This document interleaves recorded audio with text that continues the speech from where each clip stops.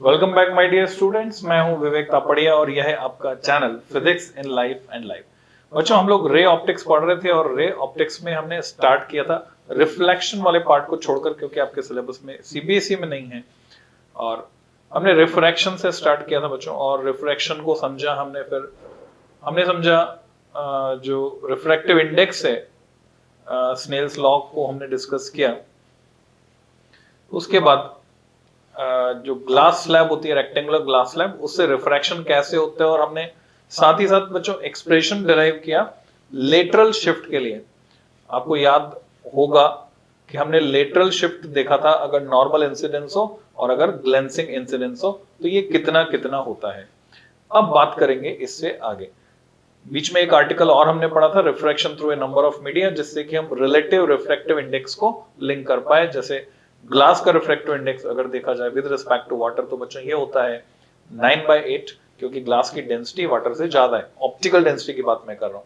और वाटर का देखा जाए ग्लास के रिस्पेक्ट में तो होता है 8/9, क्योंकि वाटर की ऑप्टिकल डेंसिटी कम है, तो ये लेस देन 1 होता है। तो ये सारी चीजें लिंक करके हम लोग समझ रहे हैं। तो अब इसे आगे चलते हैं। नेक्स्ट डेरिवेशन है बच्चों अपरेंट डेप्थ, अपरेंट शिफ्ट। और इसको प्रैक्टिकली आप करके देख सकते हैं, अपरेंट डेप्थ, अपरेंट शिफ्ट। और थ्योरेटिकल डेरिवेशन मैं आपको यहां पे करवा रहा हूं। तो अगर हम इसको लिंक करते हैं हमारी रोजमर्रा की जिंदगी से, डे टू डे लाइफ से, तो आपने देखा होगा, जैसे अगर हम बात करें फिश इक्वेरियम की, तो इक्वेरियम में रंग बिरंगी मछली तैर रही है, आपकी इच्छा हो इसको हाथ लगाने की, पर जहां पर आप हाथ चलाते हैं वो मछली उससे नीचे होती है, यानी आपका हाथ ऊपर से निकल जाता है।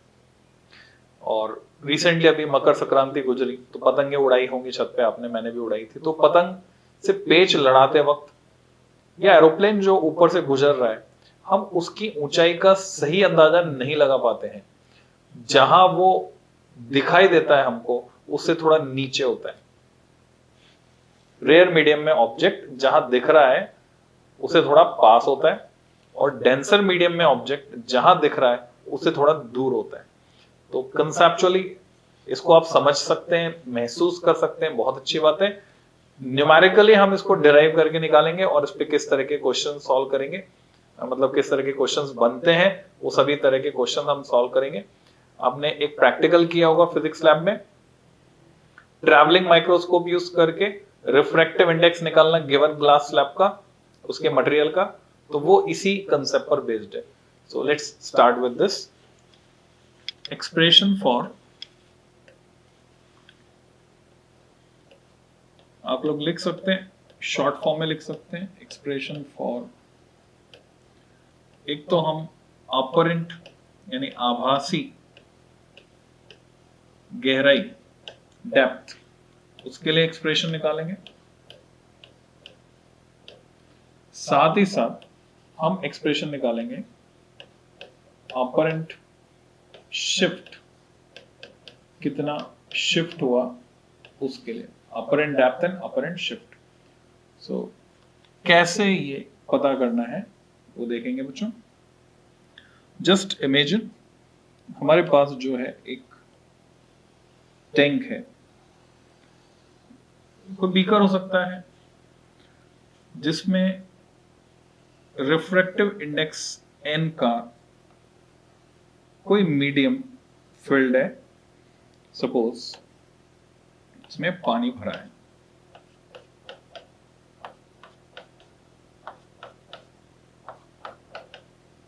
और इसके बॉटम पर यहां कोई ऑब्जेक्ट है, ऑब्जेक्ट O। ये कोई बल्ब भी हो सकता है या कोई सिक्का हो सकता है। तो यहां से लाइट रे बाहर जाएंगे यहां से, तो किस तरह से जाएंगे। सपोज ऑब्जर्वर साइड से कहीं से देख रहा है, सपोज ऑब्जर्वर यहां से कहीं से देख रहा है, तो जो लाइट रे उसकी आईज तक, आंखों तक पहुंचेंगी, वो कौन से होंगी, किस तरह का पाथ ट्रेवल करेगी। यहां से लाइट गई, जब ये इंसिडेंट होती है किसी पॉइंट ए पर, जहां पर ये मैंने नॉर्मल खींचा बच्चों, n1 n2 is the normal और ये जो पॉइंट है जहां ये इंसिडेंट है, suppose this is point A पर इंसिडेंट होती है। सो जो एंगल ऑफ इंसिडेंस है वो है आई। आफ्टर रिफ्रैक्शन ये रे बैंड होगी, नॉर्मल से दूर हटेगी क्योंकि डेंसर टू रेयर मीडियम जा रही है। मैं इसमें एरो लगा के बता रहा हूं, एग्जाम में आपको ध्यान रखना है इस बात का। एरो लगाकर रिप्रेजेंट करेंगे रे किधर से किधर जा रही है। अब हमारा ब्रेन ये इंटरप्रेट नहीं कर पाता कि रे मुड़कर पहुंचे हम तक। हमारा ब्रेन इंटरप्रेट करता है तो सीधी आ रही है, सीधी आ रही है तो हमें ऐसा लगेगा जैसे तो ये कहां से आ रही है, स्ट्रेट। अब वो कौन सा पॉइंट होगा उसके लिए मैं क्या करूंगा, यहां पर एक वर्टिकल लाइन खींचूंगा। इस पॉइंट को मैं मार्क करता हूं सी। अगर मैं सीधे यहां सी से देखूं उसको, तो ऑब्जेक्ट ओ की बजाय मुझे दिखाई देता है पॉइंट आई पर। ये जो बीकर है या जो टैंक है उसकी डेप्थ को हम मान लेते हैं बच्चों, दिस इज सपोज टी। तो टी गहराई तक इसमें लिक्विड भरा है जिसका रिफ्रैक्टिव इंडेक्स, टी गहराई तक इसमें कोई ऐसा द्रव भरा है जिसका अपवर्तनांक n है। तो ये स्थिति है कुल मिलाकर। एनसीईआरटी में जो डायग्राम बना हुआ है वो इस साइड पे लिया हुआ है, हम चाहे तो ले सकते हैं पर समझने के लिए इतना काफी है, और एग्जाम में पूछा जाए तो भी इतना बना दोगे तो मोर देन सफिशिएंट है। अब यहाँ एंगल की बात करते हैं। एंगल ऑफ इंसिडेंस के बाद यहाँ नॉर्मल के साथ रिफ्रैक्टेड रे जो एंगल बनाएंगे वो angle of refraction. Corresponding angle CIA ये भी R के बराबर होगा, और अल्टरनेट एंगल जो यहां बन रहा है पॉइंट O पर ये I के बराबर होगा, I। सो डायग्राम पूरा बन चुका है। ऑप्शन हमारे पास ये है, या तो हम साइड से देख रहे हैं या फिर हम सीधे सी के ऊपर से भी देख सकते हैं। तो प्रैक्टिकली जब हम इसको समझते हैं तो ऐसे समझ सकते हैं, आप कहीं घूमने गए, वहां स्विमिंग पूल है, स्विमिंग पूल दूर से देखा आपने, आपको लग रहा है ज्यादा गहरा नहीं है, दौड़ लगाकर कूद गए उसमें। कूदने के बाद पता चलता है नीचे तो पांव टेके नहीं रहे, क्योंकि स्टैंडर्ड जो स्विमिंग पूल है उसे 8 फीट गहराई का बनाया जाता है, उसके लिए परमिशन भी लेनी पड़ती है सरकार से। तो आपकी जो हाइट है वो ज्यादा 5 से 6 फीट के बीच में कहीं है, तो 8 फीट गहरा स्विमिंग पूल तो पैर तो नीचे नहीं टिकेंगे जमीन पे जहां उसकी मैक्सिमम डेप्थ है। पर साइड से जब हम देखते हैं और जितना तिरछेपन के साथ देखते हैं, ऑब्लिक्विटी कहते हैं इसको, टर्म है ऑब्लिक्विटी, जितना तिरछेपन के साथ देखते हैं उतना ही उसकी गहराई हमें कम नजर आती है, और उसी को हम बोलेंगे अपरेंट डेप्थ। तो शिफ्ट कितना हो गया, शिफ्ट हो गया बच्चों OI। तो जो शिफ्ट निकालना है हमको वो कैलकुलेट करना है, OI इज द शिफ्ट, और जो डेप्थ है अपरेंट डेप्थ उसको मैं लिख सकता हूं CI is the apparent depth. जितनी गहराई नजर आएगी वो है अपरेंट डेप्थ। तो इन दोनों के लिए एक्सप्रेशन मुझे निकालना है, और अभी तक हम क्या जानते हैं, हम जानते हैं स्नेल्स लॉ ऑफ रिफ्रैक्शन, और यहां रिफ्रैक्शन कहां हो रहा है, पॉइंट ए पर हो रहा है, तो पॉइंट ए पर हम स्नेल्स लॉ लगा सकते हैं। तो डेरिवेशन जो 2 नंबर में आपसे पूछा जाता है, इसमें आप कैसे लिखेंगे, जो हेडिंग है उसमें आप मार्क लगा सकते हैं 2M, यानी 2 नंबर में यह पूछा जाएगा। तो लैंग्वेज में आपको क्या लिखना होगा वो हमें समझना है। So let's start with language. Considering the situation as shown in figure, जैसा आपको सिखाया था, नोट्स में आप लिख सकते हैं SIT.-- situation as shown in figure. तो डिस्क्राइब करने की जरूरत खत्म हो जाएगी। पर मैं अपडेट दे दूं, इस बार CBSE ने ट्रेंड चेंज किया है, क्योंकि पेपर 2 घंटे का और सिर्फ 12 ही सवाल दे रहे हैं, तो अब वो डिस्क्रिप्शन मांग रहे हैं स्टेट बोर्ड की तरह। स्टेट बोर्ड में ऐसा होता था कि डिस्क्राइब हमें ज्यादा करना पड़ता था, CBSE में कम। CBSE में हम टू द पॉइंट लिखते थे अभी तक, पर जो टर्म 2 का ये एग्जाम सब्जेक्टिव पैटर्न का है, यहाँ पे थोड़ा सा चेंज ऑब्जर्व किया है हमने, किसमें, उनकी मार्किंग स्कीम में जो उन्होंने प्रोवाइड की है। तो डिस्क्रिप्शन दिया हुआ है। So situation is as shown in figure, जैसा हम देख पा रहे हैं। मैं यहां पर स्नेल्स लॉ लगाऊंगा। अप्लाइंग स्नेल्स लॉ, कौन से पॉइंट पे लगाएंगे आप तय कर सकते हो। पॉइंट ए पर applying Snell's law at point, point का standard short form PT dot हमें मिलता है। अब यहां समझदारी आपको दिखानी है, जो लिक्विड है उसका रिफ्रैक्टिव इंडेक्स n है, तो जो बाहर जो मीडियम है उसका रिफ्रैक्टिव इंडेक्स इस लिक्विड के रेफरेंस में उल्टा हो जाएगा, 1/n हो जाएगा। रे जा रही है लिक्विड से बाहर, मीडियम 1 है लिक्विड और मीडियम 2 है सपोज एयर है, तो मैं क्या लिखूंगा 1/n, वो किसके बराबर होगा, वो होगा sine I upon sine R. Now how much is sine I and how much is sine R. हम इस ट्राइंगल से देख सकते हैं sine I is perpendicular C A upon O A, ये तो बेस हो गया, ये hypotenuse O A perpendicular upon hypotenuse, so 1/n is actually CA divided by OA and sin r यहां से निकलेगा CA upon IA, CA divided by IA। Next step में हम देख रहे हैं CA get cancel, IA upon OA, ये है 1/n। अब ये आपको समझना है कि अगर ऑब्जर्वर तिरछा साइड से देखने के बजाय सीधा ऊपर से देखे तो सिचुएशन क्या होगी। सो वो समझते हैं। इफ ऑब्जर्वर, आपको लिखना होगा इफ ऑब्जर्वर व्यूज और सी, दोनों में से जो भी शब्द आप चुने, सी द ऑब्जेक्ट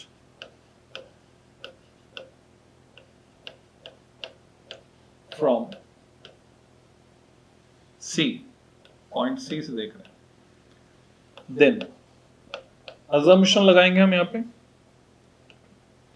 ये जो आई ए है जब वर्टिकली देखा जाएगा बच्चों तो I A, here is I here is A, ये रिड्यूस होकर बन जाएगा आई सी, तो आई ए होगा इक्वलेंट टू आई सी, जिसको मैं लिख सकता हूं T apparent, it is basically T apparent, आभासी गहराई, जो कि आई सी है। एंड जो ओ ए है उसको मैं लिखूंगा ओसी, जो कि वास्तविक गहराई है, टी एक्चुअल, टी के बराबर ओसी, विड्थ ऑफ द और डेप्थ ऑफ द टैंक, ऐसा हम कह सकते हैं। So what we get, this result हमें मिलता है 1/n equal to T apparent upon T actual, और हमें एक्सप्रेशन निकालना था टी अपरेंट के लिए, so T apparent is equal to T upon N. This is the important formula which we derived. तो ये आपके समझ में आ गया होगा, टी अपरेंट हमने निकाल लिया है।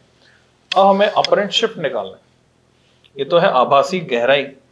अब आभासी विस्थापन कितना हुआ वो निकालना है। आभासी क्यों कह रहे हैं, why it is called apparent, because actually object is lying at O but it appears to lie at I, जो कि आप इस डायग्राम में यहां पर देख पा रहे हैं। So what is the shift from O to I, O I is the shift, T minus C I, we can say T minus C I is the shift. So let's calculate that shift. हम उसको दिखाते हैं यहां पर delta से, also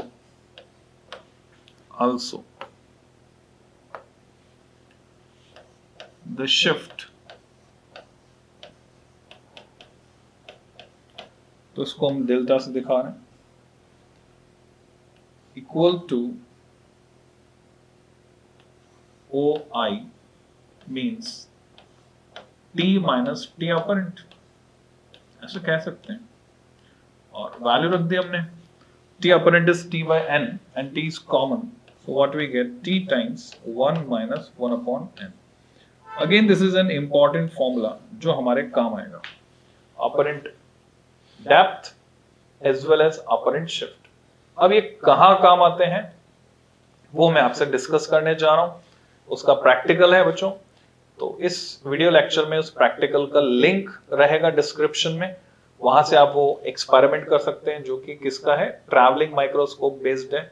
अच्छा, इस पे क्वेश्चंस बनते हैं, सीधे आपसे न्यूमेरिकल पूछा जाता है कि ट्रैवलिंग माइक्रोस्कोप को आपने फोकस किया है इंक के स्पॉट पर, अब अगर उसके ऊपर आपने एक बीकर रख दिया जिसमें h डेप्थ तक कोई लिक्विड भरा है, सपोज पानी भरा है या केरोसिन भरा है, टर्पेंटाइन ऑयल भरा है, तो अब क्या होगा, वो आउट ऑफ फोकस चला जाएगा, दिखना बंद हो जाएगा। तो आपसे पूछेंगे कितना ऊपर खिसकाएं माइक्रोस्कोप के ऑब्जेक्टिव को, यानी पूरी ट्यूब को खिसकाना होगा कि वो वापस से फिर से फोकस में आ जाए। सो हम इससे सीधे कैलकुलेट कर सकते हैं, अपर एंड शिफ्ट से सीधे हमें आंसर मिलेगा। आपसे पूछते हैं दो अलग अलग लिक्विड भरे हैं, तो दोनों का रिस्पेक्टिव अपर एंड शिफ्ट निकाल के ऐड करना पड़ेगा हमें, तो टोटल उतना उसको खिसकाना पड़ेगा। अब इसमें थोड़ा सा अगर ब्रेन स्टॉर्मिंग की जाए और आपको अगर इंटरेस्ट है और इसमें दो तीन बातें और जोड़ी जाए तो समझ लीजिए, हमने एक्सपेरिमेंट करके देखा भी सही कि डिफरेंट डिफरेंट कलर के लिए, क्योंकि डिफरेंट कलर की जो वेवलेंथ है वो डिफरेंट है, जिसकी वजह से जो इनके रिफ्रैक्टिव इंडिसेस हैं वो भी अलग अलग है।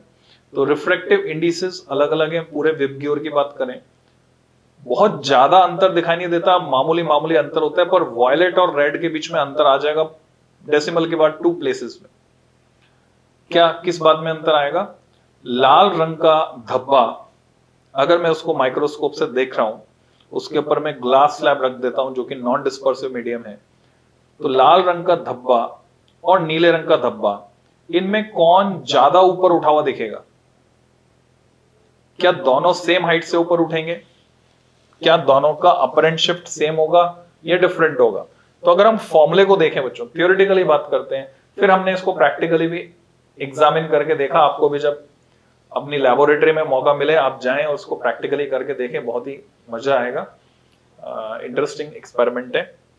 तो एक blue spot, blue ink spot, एक रेड इंक स्पॉट। अब यहां से हमें पता चल रहा है, हम जानते हैं रिफ्रैक्टिव इंडेक्स, याद रखने का तरीका, प्रिज्म से जो स्पेक्ट्रम मिल रहा है उसमें वॉयलेट नीचे है, रेड ऊपर है, यानी वॉयलेट का रिफ्रैक्टिव इंडेक्स रेड से ज्यादा है।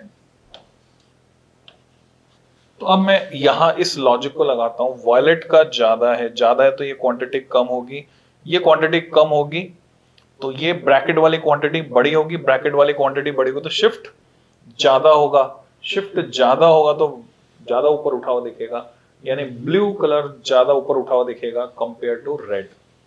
यहां से आप देख सकते हैं रेड रिफ्रैक्टिव इंडेक्स कम है, ये क्वांटिटी बड़ी होगी, ये शिफ्ट कम होगा, ये डिफरेंस कम आएगा, शिफ्ट कम होगा, शिफ्ट कम होगा, तो रेड ब्लू के कंपैरिजन में कम उठा हुआ दिखेगा। थ्योरेटिकली हमने इसको चेक किया। बच्चों आज के लेक्चर में इतना ही, फिर मिलते हैं नेक्स्ट लेक्चर में, आगे की बात करेंगे।